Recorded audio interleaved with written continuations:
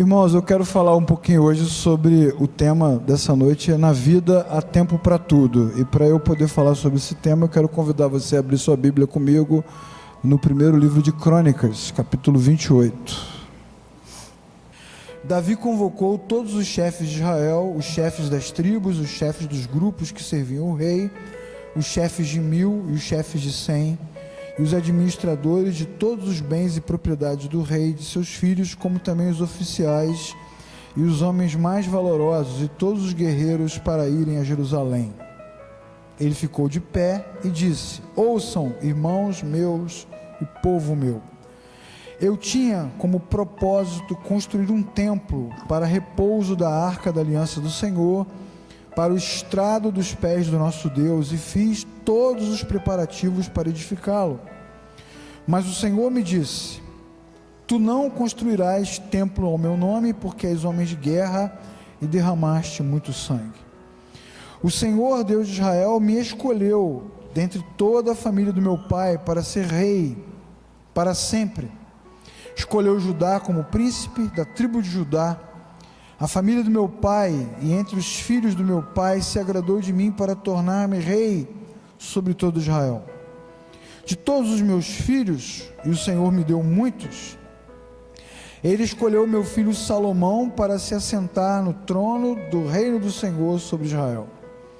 E me disse: teu filho Salomão construirá o meu templo e os meus pátios, porque eu o escolhi para ser meu filho, e eu serei seu pai. Estabelecerei o seu reino para sempre, e se ele perseverar em cumprir os meus mandamentos e as minhas ordens, como faz no dia de hoje, agora, diante de todo Israel e a comunidade do Senhor, na presença do nosso Deus que nos ouve, observai e buscai os seus mandamentos, para que possuais esta boa terra, e a deixeis como herança aos vossos descendentes para sempre. E tu, meu filho Salomão, conhece o Deus do teu pai, serve de todo o coração, íntegro, espírito voluntário, porque o Senhor examina todos os corações e conhece todas as intenções da mente. Se o buscares, tu o encontrarás, mas se os deixares, ele te rejeitará para sempre. Toma cuidado, porque o Senhor te escolheu para construir um templo, para ser o santuário. Seja forte e faça a obra. Então Davi deu a Salomão, seu filho, o modelo com os anexos, depósitos, cenáculos, salas, o modelo do lugar onde ia ficar o propiciatório, também o modelo de tudo que tinha na sua mente, para os pátios, para as salas ao redor, para os depósitos do templo, para os depósitos das coisas sagradas, para os grupos dos sacerdotes, dos levitas, para toda a obra do serviço do templo do Senhor, para os utensílios do serviço do templo.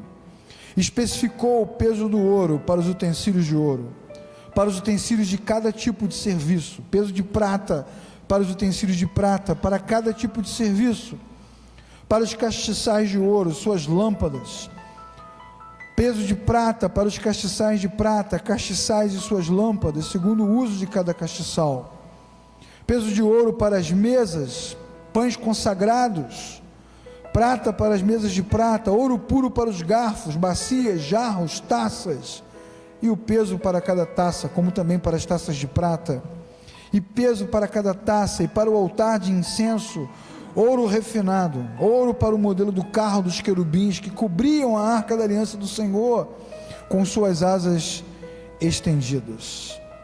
Tudo isso me foi mostrado, disse Davi, escrito pela mão do próprio Senhor, de todas as obras a modelo. E disse a seu filho: seja forte e corajoso, faça a obra, não temas, não desanime. O Senhor Deus, o meu Deus, é contigo, não te deixará, não te desamparará, até que termine a obra para o serviço do templo do Senhor. Os grupos dos sacerdotes, os levitas, estão prontos para o serviço. Todo homem bem disposto e habilidoso, todo tipo de trabalho estará contigo para a obra. Os chefes e o povo também estarão inteiramente às tuas ordens. O rei Davi ainda disse a toda a comunidade: Salomão, meu filho, O único a quem Deus escolheu é ainda jovem, sem experiência. A obra é grande, porque o palácio não é para homens, mas é para o Senhor. Por isso, com todas as forças, preparei para o templo do meu Deus o ouro, para as obras de ouro, e prata para as de prata, e bronze para as de bronze, e ferro para as de ferro, madeira para as de madeira, berílio, pedras de engaste, ornato, várias cores, todo tipo de pedra preciosa e muita mármore. Além disso, por amor da casa do Senhor, dou para o templo do meu Deus o ouro e a prata particular que tenho guardado, além de tudo que já preparei para o templo do santuário. 3.000 talentos de ouro, ouro de Ofir, 7.000 talentos de prata refinada para cobrir as paredes, ouro para obras de ouro, prata para as de prata, para toda obra ser feita pela mão de artesãos. Quem está disposto a fazer uma oferta voluntária, consagrando-se comigo hoje ao Senhor? Os chefes das famílias, os chefes das tribos, de 1.000 e de 100, junto com os administradores da obra, fizeram ofertas voluntárias. E deram para o serviço 5.000 talentos, 10.000 dracmas de ouro, 10.000 talentos de prata, 18.000 talentos de bronze, 100.000 talentos de ferro. Os que tinham pedras preciosas deram para o tesouro do templo, que estava sob a responsabilidade de Jeiel. E o povo se alegrou com as ofertas voluntárias, porque ofertavam ao Senhor com integridade de coração, e o rei Davi também se alegrou. E ele bendisse ao Senhor na presença de toda a comunidade, e ele declarou: ó Senhor, Deus, nosso Pai, Israel, bendito és tu de eternidade em eternidade. Tua é a grandeza, o poder, a glória, a vitória e a majestade, porque tudo quanto há no céu e na terra é teu. O reino é teu, e tu te exaltaste como chefe sobre todos. Riquezas e honra vêm de ti, tu dominas sobre tudo, e a força e poder na tua mão está a exaltação e o fortalecimento. Agora te damos graças, e louvamos o teu glorioso nome, ó Senhor. Quem sou eu, quem é o meu povo, para que pudéssemos fazer ofertas voluntariamente? Tudo vem de ti, das tuas mãos recebemos, para as tuas mãos devolvemos. Somos estrangeiros, peregrinos na terra, como os nossos pais. Os nossos dias são como sombra, jamais permanecerão.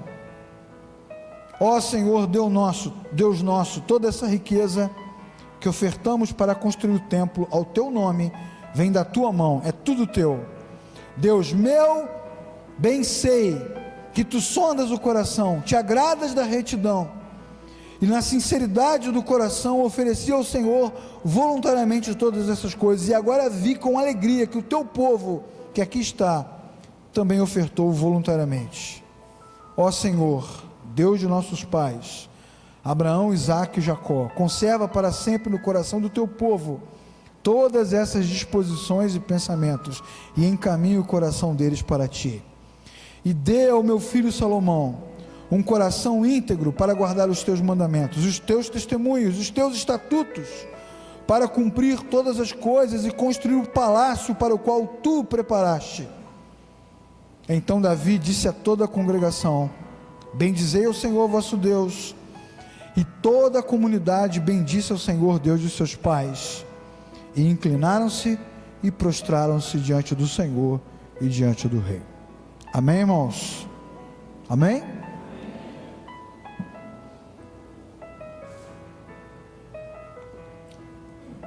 Irmãos, esse texto aqui de Crônicas 28 e 29 mostra para nós com muita objetividade o fim e o começo de um novo ciclo. O fim do ciclo de Davi como rei e líder de Israel, e o início do ciclo de Salomão como rei de Israel. Davi e Salomão são, com certeza, os reis mais famosos e mais importantes da história de Israel. E nós, quando olhamos para a Bíblia toda, ao estudarmos as Escrituras desde o início, percebemos que todo esse projeto aqui do templo, do rei, o poder, o ouro, a força, toda essa glória de Israel, não começou agora. Deus vem construindo isso através dos séculos. Agora, Israel vai chegar no auge, mas o auge tem um começo que não é auge, tem um começo que é simples, leve, frágil até.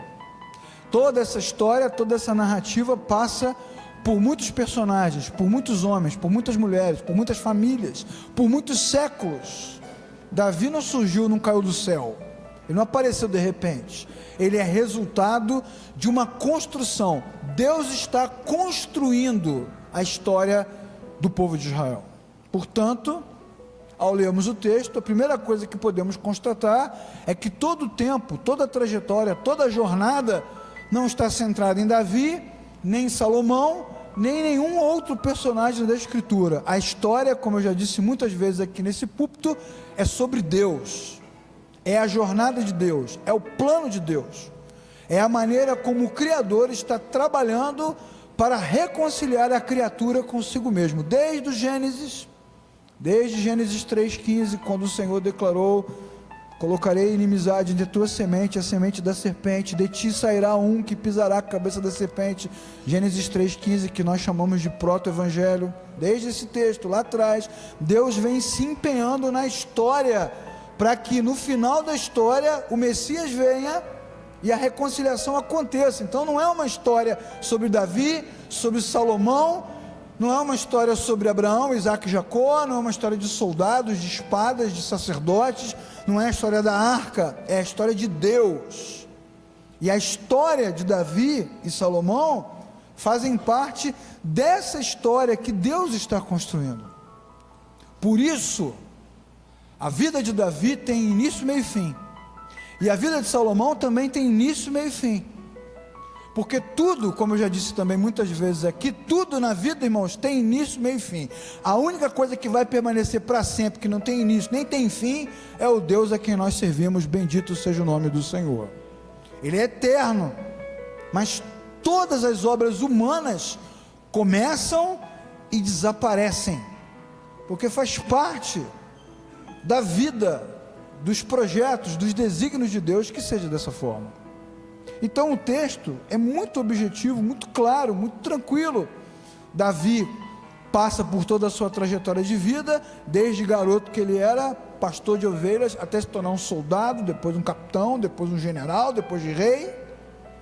A sua vida é feita de acertos e falhas, de vitórias e derrotas, de bênçãos e problemas. Ele passa por isso tudo. Foi necessário, foi importante que ele enfrentasse toda essa trajetória. A história de Salomão então é muito maluca, porque ele é resultado de uma queda na vida de Davi, de um problema que ele teve, não estava num projeto regular, não faz parte de um plano comum.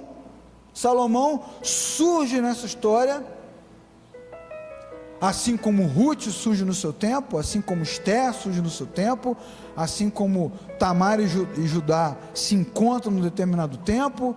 As histórias, já falei aqui muitas vezes também, da nossa vida, são dramas, irmãos, e através desses dramas que vão acontecendo, inesperados, Deus vai construindo não as nossas histórias, mas a história dele. Nós não somos os atores principais, nós somos apenas coadjuvantes, cooperadores de Deus. A história central é sempre sobre Deus, e quando toda essa história terminar, só o nome do Senhor será glorificado.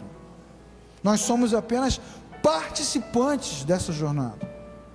Precisamos olhar para esse texto e saber com muita tranquilidade que o grande rei Davi teve dia para começar e teve dia para terminar, e o grande rei Salomão, maior do que Davi, teve dia para começar e teve dia para terminar. E nós também precisamos ter essa consciência de que as nossas histórias, de que as nossas jornadas, de que as nossas trajetórias terão início, meio e fim, porque nós somos apenas participantes, cooperadores de algo maior que Deus está fazendo. Nós viremos, nós passaremos, as igrejas serão levantadas, elas desaparecerão, mas o nome do nosso Deus permanecerá para sempre.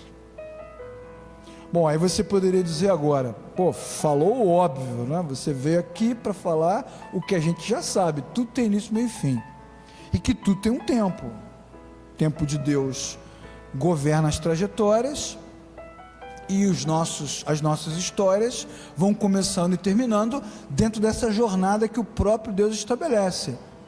É verdade, isso é óbvio. A gente lendo o texto aqui entende que Davi está passando o seu cajado, entregando a sua coroa, terminando o seu ciclo, dando início ao ciclo do seu filho, e faz isso com muita alegria, com muita gratidão. Bom, sendo assim, o que podemos aprender com esse texto que fala do tempo das coisas? Então, nessa noite, irmãos, eu quero meditar um pouquinho com você, refletir um pouquinho com você, sobre como deve ser a nossa jornada, o que nós devemos fazer para viver bem a nossa jornada. Se a gente já sabe que começa e termina, então o segredo é saber passar por ela. No dia 31 de dezembro eu preguei aqui isso, o tema inusitado, é preciso saber viver. Falei exatamente sobre isso. Já que tudo tem início, meio e fim, então o segredo não é saber que começa e termina, porque a gente já sabe. A questão é, de que forma devemos viver esta jornada que nos está proposta. Então eu quero meditar com você sobre algumas características do rei Davi, que nos ensinam um pouco sobre como deve ser o nosso olhar e como deve ser o nosso trabalho diante da jornada que Deus propôs para nós. Eu separei aqui alguns pontos, quero falar de cada um deles bem devagarzinho para a gente poder pensar. Em primeiro lugar, quero falar do versículo 1 ao versículo 4 do capítulo 28 que nós lemos. Você pode ir acompanhando aí pela sua Bíblia, pelo seu aplicativo. Primeira coisa que nós devemos ter na nossa jornada, irmãos, é clareza. Clareza. Davi tem plena clareza de quem ele é, ele tem clareza do seu papel, ele não está perdido nesse negócio. Se você ler do versículo 1 ao versículo 4, você vai descobrir que ele sabe muito bem que Deus o reprovou em determinado momento da sua jornada, que ele tem fraquezas morais, que ele não foi aceito por Deus para construir templo, ele não é sacerdote, que isso era um pouco de vaidade no seu coração. Ele sabe também que apesar dessas fraquezas e dessa vaidade, Deus tinha realmente um plano para a vida dele. Ele disse: o Senhor me escolheu para ser rei. Então ele tem esse entendimento. Irmãos, se tem uma coisa que nos prejudica na nossa jornada, é falta de clareza. O que tem de gente perdida é um desespero. Você entra nas salas de aula, nas salas do seminário, conversa com os irmãos, as pessoas estão perdidas, os obreiros estão perdidos, eles não sabem se Deus os chamou para cantar, para tocar, para pregar, para ensinar, para fazer missão.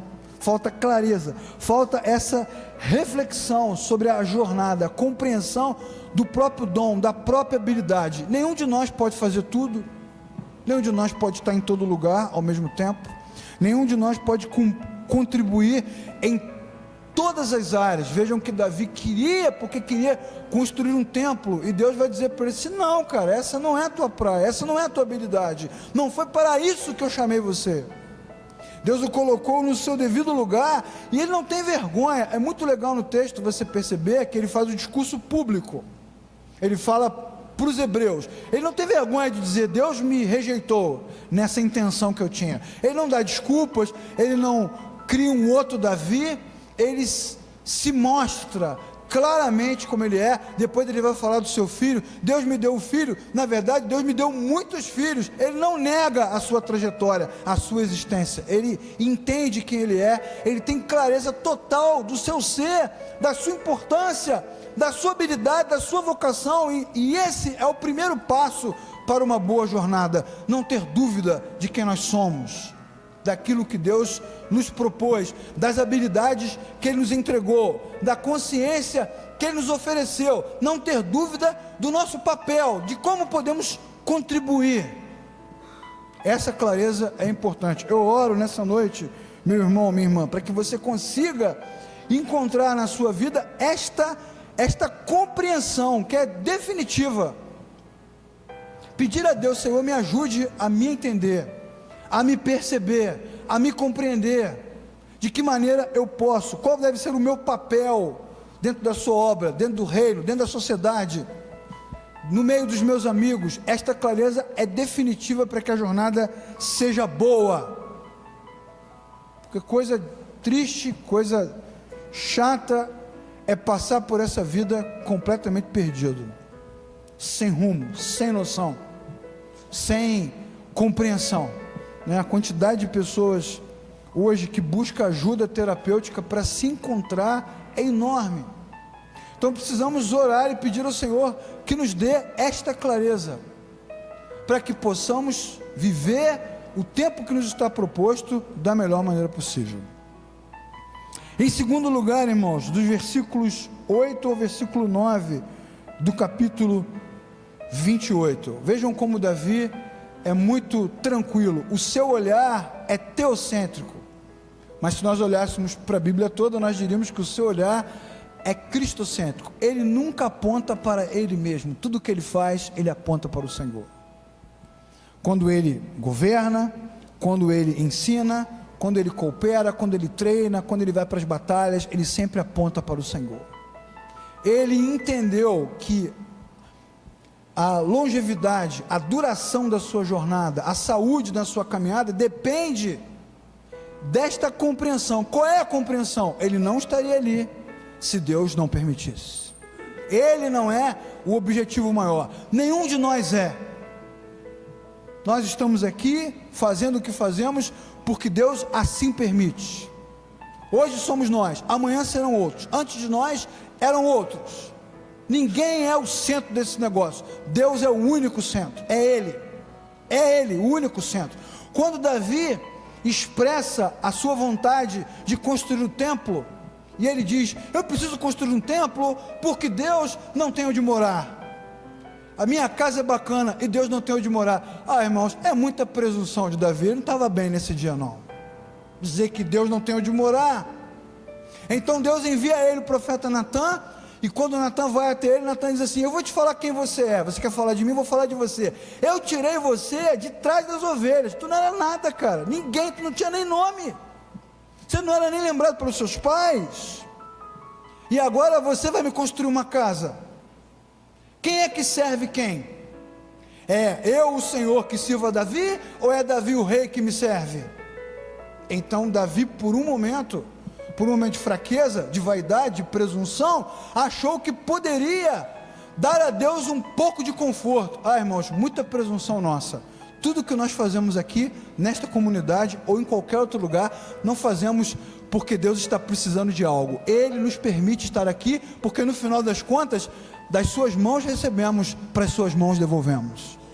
É Ele que nos abençoa. Nós cantamos para Ele e Ele ilumina o nosso coração. Nós ofertamos para Ele e Ele abençoa a nossa vida.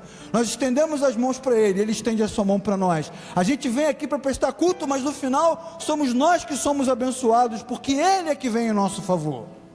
Todas as nossas ações são motivadas e têm início nos movimentos que Deus realiza. Então Davi tem essa compreensão, então aponta para o Senhor, nunca aponta para si. Então, fica a dica: se eu quero que o meu ministério, a minha trajetória, a minha caminhada permaneçam por muito tempo, nunca aponte para si mesmo, aponte sempre para o Senhor. Fale do Senhor, ore pelo Senhor, ore do Senhor, cante do Senhor, sobre o Senhor, é sobre Ele, não é assim que diz o texto? Por Ele, por meio dEle e para Ele são todas as coisas. Terceiro aspecto que eu quero destacar aqui nessa noite, versículos 11 ao versículo 21. Quando Davi chama Salomão, ele vai nos mostrar uma terceira característica, uma terceira ação que nos ajuda a manter a nossa jornada por muito tempo: engajamento. Uma pessoa engajada é uma pessoa que se alista para uma missão. Engajamento é mais do que compromisso, é fazer um pacto com uma missão. É como se você se apresentasse para o serviço militar. Você está engajado numa missão, e ele chama o seu filho para falar sobre o templo. E ele, irmãos, ele não fala sobre o templo de uma forma etérea, imaginária, não é um sonho, ele tem um plano, cara. Olha o texto do versículo 11 até o 21, e veja que Davi tem um plano, medidas, mapas, plantas, quantidades, pesos. Ele é engajado, ele é comprometido, ele tem um plano, ele sabe o que fazer. Olha, irmãos, essa é uma questão muito séria na Bíblia. Quando Deus chamou Moisés, por exemplo, para libertar o povo de Israel, tudo que Moisés fez tinha mapa, tinha plano, tinha planta, tinha medida. O nosso Deus não faz nada aleatoriamente. Quando Neemias foi despertado para reconstruir os muros, quando o rei pergunta a ele: e aí, o que você vai fazer? Quanto tempo você vai levar? Do que você precisa? Ele puxou do bolso um mapa, um plano, quantidade de materiais, pedidos de cartas, trajetos a seguir, um roteiro. Ele tinha um roteiro pronto, ele sabia o que fazer. Irmãos, se tem uma coisa que mata os obreiros, os vocacionados na sua jornada, é não terem plano, é não saber o que fazer. Nós precisamos de um plano para seguir em frente, um plano, de um roteiro, de um mapa, de um projeto desenhado, mapeado, medido. Vou sair daqui e vou para lá. Isso reflete o engajamento. Ele não ficou só dando palavras de motivação para Salomão, ele deu para ele condições de dar continuidade àquele projeto. Ele tinha tudo montado, desenhado, ele estava engajado. Eu sei que não sou eu que vou construir, mas eu vou entregar para Salomão um negócio pronto, inteiro, quantidades armazenadas, todas as ideias do templo na sua cabeça, bem definidas. E isso, irmãos, fez toda a diferença neste momento da história. Eu vou dizer para você, às vezes a nossa jornada agarra, porque não tem plano, tu não sabe o que fazer, trava no gap das nossas ideias, fica um vácuo no nosso cérebro. E agora, o que vamos fazer? O que agarra os ministérios, as vocações, os obreiros, os líderes, não saber o que fazer dali para frente. E agora? E quantas vezes nós nos reunimos para discutir e ficamos rodando e rodando e rodando e rodando e rodando em cima de ideias que nunca vão para o papel, ideias que nunca se transformam em nada, que nunca se realizam. De que adiantaria ficar falando do templo, da casa de Deus, do propiciatório, do ouro, se ele não ajuntasse, se ele não planejasse, se ele não empreendesse, se ele não realizasse, se ele não ofertasse? Então, quero citar aqui uma frase que eu já citei muitas vezes também, de São Bento, depois repetida por Calvino: a obra de Deus é orare et labutare. A obra de Deus se faz com oração e com trabalho. Uma forma incrível de cumprir a nossa jornada é arregaçar as mangas, trabalhar, trabalhar, trabalhar, de forma planejada, consistente. É para lá que eu vou, é aquilo que eu vou fazer, é isso que está na minha mente, é isso que eu planejei para mim, é isso que Deus colocou no meu coração. É esse o sonho que eu tinha, só que o sonho agora virou um desenho, e o desenho virou mapa, e o mapa tem cálculo, e esse cálculo tem projeto, e esse projeto tem rota, e essa rota tem plano, e tem data para começar, e tem data para terminar. Quando Neemias saiu da Pérsia e voltou para Israel, tudo bem que ele era um homem piedoso, dedicado, um homem de oração, crente, servo de Deus, mas as pedras foram colocadas durante 52 dias, uma após outra. O muro que estava no chão foi erguido. Então, mais do que orações, mais do que louvores, mais do que adoração, mais do que dedicação, precisamos trabalhar muito, senão não rola, senão não acontece, senão não vai acontecer. Só acontece quando a gente transforma a ideia em engajamento, quando nós nos alistamos, aceitamos de Deus o desafio para cumprir esse negócio. Eu lembro no Senac, lá quando eu dei aula no Senac, há muitos anos atrás, o desafio era fazer os alunos, quase todos adolescentes, terminar e começar. O contrário, né? Começar e terminar. Começar e terminar. Termina esse negócio. Termina. As faculdades são assim também, né? A gente ora pedindo a Deus que nos permita entrar, depois a gente clama pedindo misericórdia que nos deixe sair. Não é assim? Os projetos de TCC são projetos espirituais que precisam de libertação. Precisamos fazer campanha de oração para que as ideias surjam. Ficamos travados. Agora o desafio é terminar. Tem um plano? Coloque em prática. Vai fazer o seminário? Faça. Vai se tornar obreiro? Seja. Vem para a igreja? Venha. Quando vier, venha inteiro. Pronto. Pronto para trabalhar. Arregace as mangas. Faça acontecer. Faça acontecer. Essa é uma baita de uma lição. Ele não construiu o templo, mas deu o negócio pronto para Salomão. Faça acontecer. Ele disse para o seu filho: esforce-se, faça a obra, faça a obra, faça a obra. E quantas vezes, irmãos, nós cantamos, oramos, falamos, pensamos, lamentamos, abrimos a janela, olhamos para o tempo e dizemos: ah, Senhor, o que farei? Como será? De que maneira essas coisas vão acontecer? Bom, então Davi nos dá uma lição muito legal: engajamento. Tem um outro texto que eu gosto muito, que já preguei sobre ele aqui também, a batalha de Ziclag, uma invasão incrível que os israelitas sofreram por trás. Eles foram atacar um inimigo e outro inimigo veio por trás da cidade, saqueou a cidade, incendiou as casas, raptou as mulheres, raptaram as crianças, levaram todos embora. A Bíblia diz, se eu não me engano, 1 Samuel 30, a Bíblia diz que Davi chegou com os seus soldados, eles gritaram, eles reclamaram, eles xingaram, eles amaldiçoaram Davi, eles disseram que iam matá-lo, que iam arrancar a cabeça dele, mas a Bíblia diz que Davi, está lá no versículo, Davi fortaleceu-se no Senhor seu Deus, levantou-se do chão, olhou para os seus soldados e disse: vamos buscá-los de volta, porque batalhas se vencem com luta. Não adianta a gente ficar sentado aqui chorando: nossa, e agora? Senhor, devolva as nossas mulheres. Não vai rolar não, meu irmão. Tu vai pegar a espada e vai para o pau mesmo.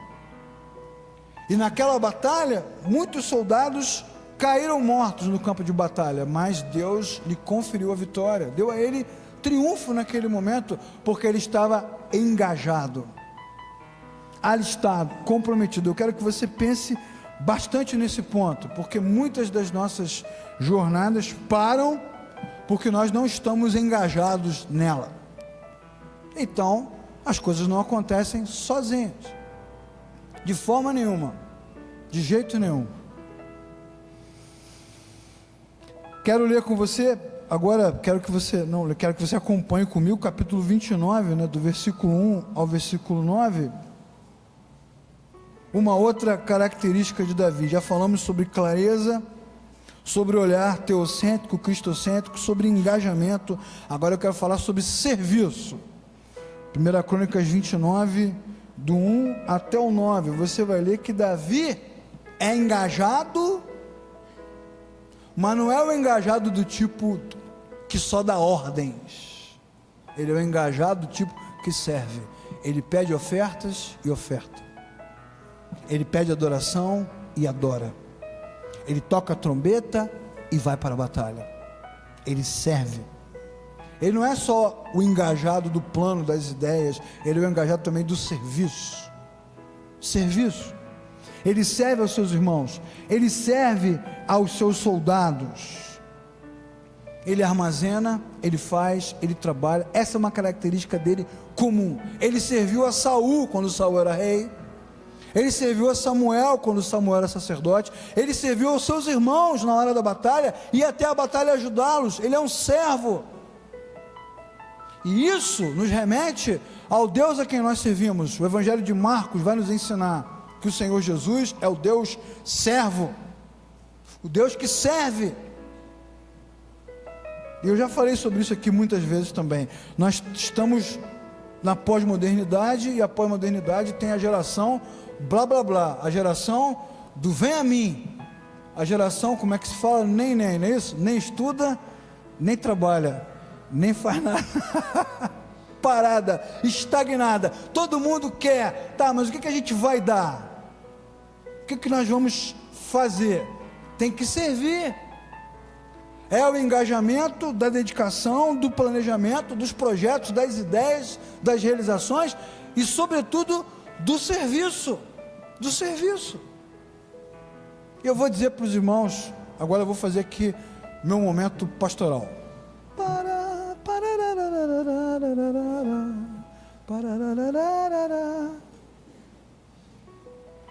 Ó, irmãos, a melhor coisa da obra de Deus é servir. Servir. Não é ministrar o louvor, mas é louvar. Não é propor a adoração, mas é adorar. Não é propor a pregação, mas é se emocionar com o texto. Não é dar aula na EBD, é estudar a Bíblia, cara. Servir é o grande barato desse negócio. Curtir o culto, curtir os irmãos, curtir estar ali, gostar de fazer, gostar de entregar algo, de se alegrar. Olhem as cenas bíblicas, o povo de Israel marchando triunfante depois de uma grande vitória. Onde Davi está? Dançando, como um garoto, como um adolescente repreendido pela sua esposa. Está maluco? Você é o rei. Mas ele não tem vergonha de servir aos seus irmãos, de servir ao Senhor com alegria. E eu sempre, já falei aqui também, sempre me pergunto, para onde foi o Salmo 100 que nós arrancamos da Bíblia, né? Para onde partiu o celebrar com júbilo ao Senhor? Onde se escondeu o servir ao Senhor com alegria, o apresentar-vos a eles com cânticos? Muitas vezes a nossa jornada, irmãos, engajada, clara, se torna um fardo. Vamos falar a verdade sem ninguém levantar a mão para não rolar um constrangimento. Mas muitas vezes a gente vem para o culto com uma má vontade incrível, né? Torcendo para estar engarrafado a Alameda. Puxa vida, eu não consegui chegar.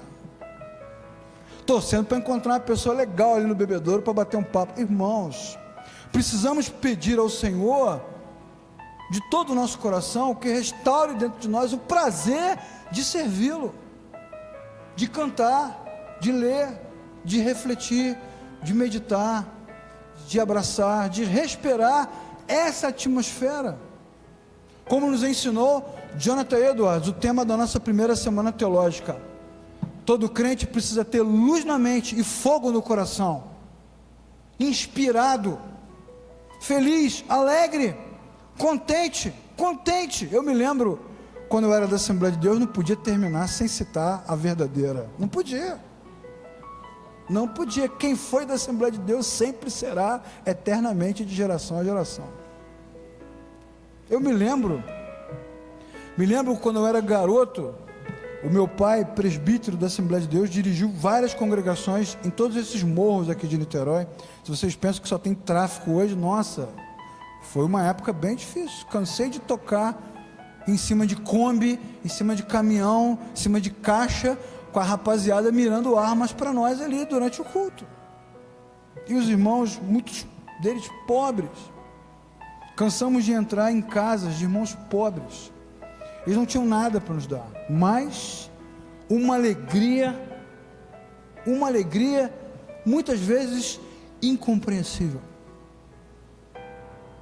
E cantavam, e oravam, e testemunhavam, sem teologia, sem compreensão exegética do texto, sem grego, sem hebraico, sem preparo litúrgico, sem desenvoltura, sem performance. O que eles tinham era coração, sorrisos estampados no rosto brilhando.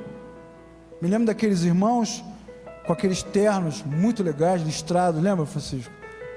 Rosa, verde, laranja, azul, aquelas combinações top, né? High performance. E o cara, imagina, eu cansei de pegar o Santa Isabel. Você lembra do Santa Isabel, irmãos? Aquele verde. Velozes e Furiosos é para os fracos. Aquele ônibus vinha em 2 rodas ali em frente a 1001, e a gente falava: vai cair, vai cair, vai cair. Ele não caía. Valente. Cansamos de pegar aquele ônibus com aqueles irmãos de terno, gravata, suava. O regente do coral, nossa, com uma toalha, enxugava o rosto, todo molhado, uma coisa horrorosa, um desconforto. Não havia ar-condicionado, bendito ar-condicionado, era um calor horroroso, mas eles tinham, muitos deles, algo que a nossa geração perdeu: o prazer em servir ao Senhor. E faziam isso com uma alegria mais do que teologia, nós precisamos resgatar dentro de nós a alegria. Servir ao Senhor com alegria. Apresentai-vos diante dele com cânticos. Sabei que o Senhor é bom. Foi ele e não nós que nos fez ovelhas do seu pasto. Bendito Deus que dá aos seus servos esperança.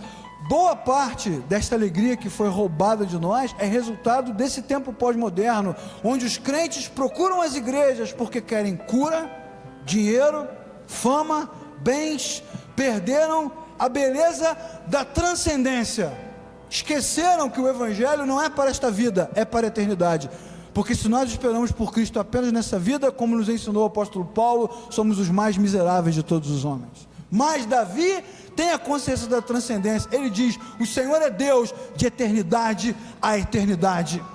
Ele sabe que servir ao Senhor, muito mais do que nesse tempo, muito mais do que num culto, o serviço está linkado a essa existência. O Evangelho é existencial. E o que mais o crente espera não é um domingo, uma terça, nem uma semana teológica. O que mais o crente espera, o crente que nasceu de novo, é entrar na Jerusalém celestial pelas portas da frente e contemplar o seu Deus sentado glorioso no seu trono. E é isso que o faz servir ao Senhor com alegria, porque ele sabe que se toda essa porcaria aqui acabar, ele receberá de Deus uma vida eterna. E isso faz com que ele tenha prazer em servir ao Senhor. E Davi nesse ponto é um mestre, irmãos. Ele tem muito para nos ensinar. E ele diz para o seu filho, ele diz para o povo: sirvam ao Senhor de todo o coração, de todo o coração. Do versículo 10 até o versículo 14 do capítulo 29, Davi também vai nos ensinar, vai nos ajudar a entender que a nossa jornada depende também de um sentimento importante: gratidão. Ele é grato, ele sabe que nem chegaria ali se Deus não permitisse. É só a gente pensar, lembrar da sua história pregressa. Olha, Davi teve um tempo muito obscuro na sua jornada. Tempo de traição, de violência, de morte, de agressividade, de queda, de doença emocional e espiritual. Deus poderia ter destruído ele ali, poderia ter parado a sua jornada, mas o Senhor permitiu que ele seguisse, e por isso ele demonstra grande gratidão ao Senhor. Ele diz: o Senhor domina sobre tudo. No versículo 13 ele vai dizer: te damos graças, Senhor, pelo teu glorioso nome. No versículo 14 ele vai declarar: quem sou eu? Quem é esse povo? Quem somos nós diante de ti? Ele é grato ao Senhor. Grato, muito grato. Isso me lembra o famoso hino da harpa cristã: ó meu Senhor, dá-me mais gratidão por tudo que tu fizeste por mim, por tua graça, por teu grande amor. A graça de Deus deve encher o nosso coração de gratidão e alegria por tudo que fizemos, por tudo que enfrentamos, por tudo que passamos. E ele tem grande gratidão dentro de si. Ele sabe que se Deus não ajudasse, ele não conseguiria. Eu proponho a você nessa noite, quando o culto terminar, na última oração, depois das canções, que você feche os seus olhos e agradeça ao Senhor. Agradeça ao Senhor por ter chegado até aqui. Foi difícil, não foi fácil, foi complicado, foi ruim pra caramba, teve um monte de problema, mas chegamos. E se chegamos, bendito seja o nome do Senhor. Isso deve encher o nosso coração de alegria e gratidão. No versículo número 15 do capítulo 29, Davi também nos ensina uma pequena lição importante para que a nossa jornada se complete dentro do nosso tempo. Ele demonstra algo que muitas vezes falta no meu coração: humildade. Ele vai dizer: somos estrangeiros, somos peregrinos, e os nossos dias na terra são como sombra. Grande humildade de um rei poderosíssimo, mas que diante de Deus revela a sua pequenez. Então ele demonstra humildade. Já falei aqui, em um determinado momento, porque a experiência do seminário é muito engraçada. Você vai dar aula no seminário, tem 30 alunos, mas na verdade não são 30 alunos, são 30 professores. Eles não querem aprender, eles querem te ensinar, cara. Eu não concordo, o aluno diz, e você pergunta, não concorda com o quê, meu irmão? Tu não sabe nada, cara. A soberba do conhecimento, a presunção da religião, a vaidade humana, nos faz perder a beleza da humildade. E o nosso Senhor, a quem nós servimos, a quem nós adoramos, já nos ensinou na sua palavra. O que ele disse para nós, irmãos? Aprendam de mim que sou manso e humilde de coração. Deus humilde, encarnado, nascido na manjedoura, sempre pedindo por favor, obediente aos seus pais, cuidadoso com as pessoas, servo dos seus servos, humildade total. Davi demonstra grande humildade, ele sabe, ele diz, os nossos dias são como sombra, e não permanecem para sempre. Não parece uma contradição? Lá no início do capítulo 28, ele vai dizer, o Senhor me escolheu como rei, e disse que eu seria rei para sempre. Aqui no capítulo 29 ele vai dizer, os nossos dias não permanecem. É um erro de tradução, é um erro de versão, é esquizofrenia do escritor, o que é? Bom, Davi está nos ensinando, ele sabe que ele é parte, peça de um plano maior. O que Deus está fazendo vai durar para sempre. Ele não. O que Deus está realizando através dele durará para sempre. Davi não. O que Deus está prometendo vai durar para sempre. Davi não. Então ele demonstra grande humildade. Ele não exige, ele não declara, ele não determina, ele não bate o pé, ele não reclama, ele não propõe, ele pede por favor que o Senhor o ajude. Bom, já vimos hoje que para que possamos cumprir a nossa jornada no tempo que Deus nos propôs, nós precisamos de clareza, olhar teocêntrico, engajamento, serviço, gratidão e sobretudo humildade. Eu quero agora encerrar citando o último ponto desta mensagem. E eu me refiro aos versículos 17, 18, 19 e 20. Onde Davi demonstra para nós profunda devoção. Ele tem o coração quebrantado. Além de humilde, grato, servo, ele tem o coração quebrantado. Devoção, devoção. Ele não tem vergonha de se expor, ele ora, ele diz, Senhor, contempla o meu coração, o Senhor sabe de tudo, os teus olhos veem todas as coisas. Ele é um adorador, ele clama, ele ora, ele intercede pelo seu filho, ele intercede pelo seu povo. E vejam no versículo 20, que ele olha para a multidão dos seus chefes, soldados e líderes, e os conclama a adoração. Ele diz, vamos todos juntos, todos, vamos bendizer ao Senhor. Ele inspira, não com palavras de motivação, ele não é coaching não, ele é adorador, mais do que alguém que prega, do que alguém que ensina, do que alguém que fala. Davi é alguém que faz, ele propõe, ele se junta, ele proclama, ele reúne, ele atrai, ele diz, vamos todos juntos, vamos bendizer ao Senhor nosso Deus, toda a comunidade, juntos, ele leva as pessoas a servir ao Senhor. Irmãos, isso é muito bacana. Muitas vezes, líderes, pastores, professores, líderes de reuniões de oração, de projetos de base, levam os irmãos a terem raiva da igreja, a terem dúvidas sobre Deus, sobre a Bíblia. Já cansei de ver em aulas do seminário, professores colocando a Bíblia em xeque, dizendo, esse texto não é bem assim, isso não está na passagem, fazendo alunos duvidarem do que a palavra de Deus diz.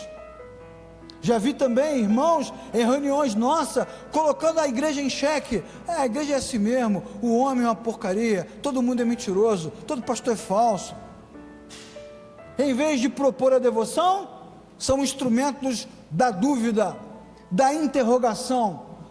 Em vez da paz do serviço, propõe o desequilíbrio. O desequilíbrio, eu me lembro há muitos anos atrás, quando eu convidei a Ana Paula, vou dar esse testemunho na frente dela, que é olho no olho, está tranquilo. Está tudo em paz, Ana Paula? Então beleza. Convidei a Ana Paula para dar aula de história da igreja no seminário.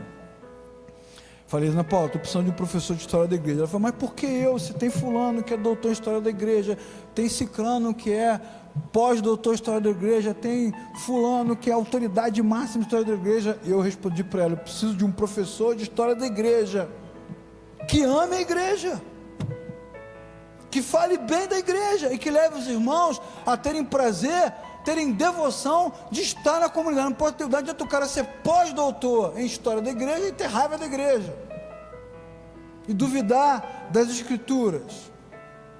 E quantas vezes nós fazemos isso, irmãos? Quantas vezes os nossos movimentos, ao invés de serem movimentos de edificação, de bênção, de graça, de força, são movimentos de divisão, diminuição, tristeza. Colocamos em xeque, em dúvida, aquilo que Deus está fazendo. Sei não, hein? Irmãos, vamos orar para que Deus faça um milagre. Você crê, irmão? Eu sei não. Às vezes sim, às vezes não. Às vezes dá certo. Estou querendo ir naquela igreja. Vai não, que essa igreja é furada. Botamos as pessoas em dúvida. Questionamos os atos soberanos de Deus. Questionamos os textos da Escritura. Perdemos o prazer, perdemos a alegria, perdemos o serviço. Mas Davi, ele tem devoção, ele leva, ele conduz, ele empurra, ele atrai o povo para servir ao Senhor. Vamos juntos, todos nós, servir ao Senhor. É bom servi-lo, vamos bem dizê-lo. E a Bíblia diz que todos se inclinaram e se prostraram diante do Senhor, porque Ele os ajudou. E eu pergunto, irmãos, no final desta mensagem, o que resta de Davi hoje? Nada, nem o pó dos seus ossos. Sabe-se lá onde eles estão.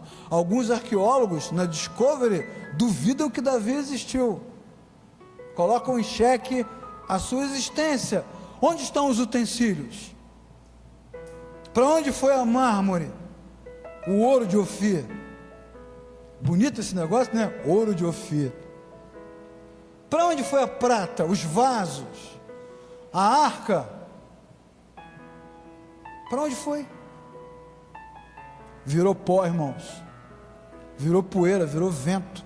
Quando você assiste os documentários na Discovery e nesses canais de entretenimento, né, National Geographic, você vê, às vezes em pesquisas submarinas, cidades inteiras submersas, devastadas, desapareceram. Para onde foi Roma, irmãos? Gloriosa, espetacular, sobrou nada, absolutamente nada.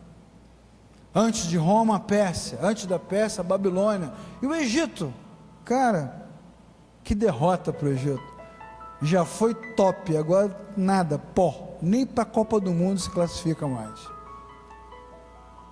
O homem é como um vento, e toda a glória que Davi pôde ajuntar e mostrar num dia, desapareceu. Entretanto, os seus feitos, cada um deles valeu a pena, e foram contados pelo Senhor, e nós estamos testemunhando dele nessa noite.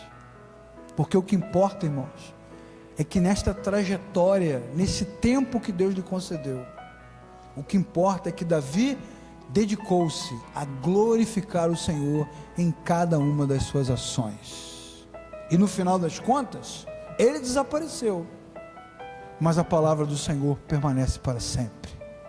Nós também passaremos, mas outros virão em outro tempo e lerão os mesmos textos, falarão das mesmas histórias, e o nome do nosso Deus será exaltado para sempre. Então qual é a glória que nós queremos? Qual é o retrato que nós teremos? Nenhum. Então, se nada disso vai ficar, então precisamos fazer valer a pena. Se eu fosse muito humanista, eu diria carpe diem. Faça o seu dia valer a pena. Mas como nós somos cristãos, eu prefiro dizer coram Deu. Faça o seu dia valer a pena na presença do Senhor. E já que os dias vão passar, que se passem diante dele, como também nos ensinou Davi no Salmo 84. Eu prefiro estar um dia na tua presença do que 1000 em outro lugar. O pardal já encontrou a sua casa, a andorinha já achou o seu ninho, e eu também encontrei o meu lugar. O meu lugar é na tua presença. E ali ele permaneceu. E os seus feitos são eternos, não porque ele foi um grande soldado, mas porque apontaram para o Senhor. Então o que precisamos, irmãos? Clareza, olhar teocêntrico, engajamento, serviço, gratidão, humildade e devoção. Para quê? Para deixar a nossa marca dentro do nosso tempo. Nós passaremos, mas o nosso Deus permanecerá para sempre. Então o que precisamos fazer? Fazer a nossa jornada valer a pena na sua presença. Vamos ficar de pé? Ele quer que eu siga cada dia, não me deixa só, mas diz: estou contigo, venha o que vier, não te deixarei, não te deixarei.